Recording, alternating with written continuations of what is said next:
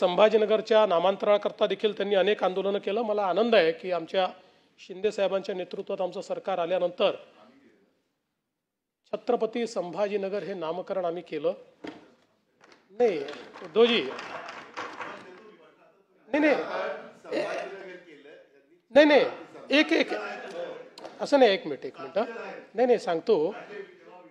नाही एक मिनिट अरे मला बोलू द्या।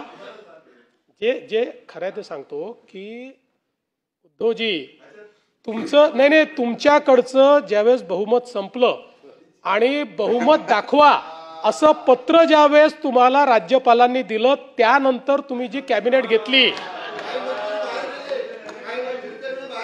त्यावेळी जी तुम्ही मंत्री ती बैठकही इल्लीगल होती।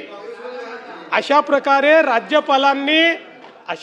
राज्यपालांनी आपल्याला पत्र दिल्यानंतर बहुमत नसताना अशी बैठक घेता येते। चला तरी तथापि तुम्ही म्हणजे असं तुम्ही वाईट वाटून घेऊ नका, पण याला उशिरा आलेलं शहाणपण म्हणतात। त्यामुळे जाता जाता तुम्ही पण त्यानंतर ज्यावेळी पूर्ण बहुमत आम्ही सिद्ध केलं ते बहुमत सिद्ध करून छत्रपती संभाजीनगरचा प्रस्ताव आम्ही मंजूर केला आणि तो केंद्र सरकारने देखील मंजूर केला। पण पुन्हा मी याच्यावर येतो की यातलं महत्त्वाचं आहे की याकरता आपण अनेक आंदोलनं केली हे महत्त्वाचं आहे। म्हणजे सगळ्यांचं जे कॉन्ट्रीब्युशन आहे खरं म्हणजे तर यात सर्वात मोठं कॉन्ट्रीब्युशन हे हिंदू हृदय सम्राट शिवसेना प्रमुख बाळासाहेब ठाकरेंचं आहे।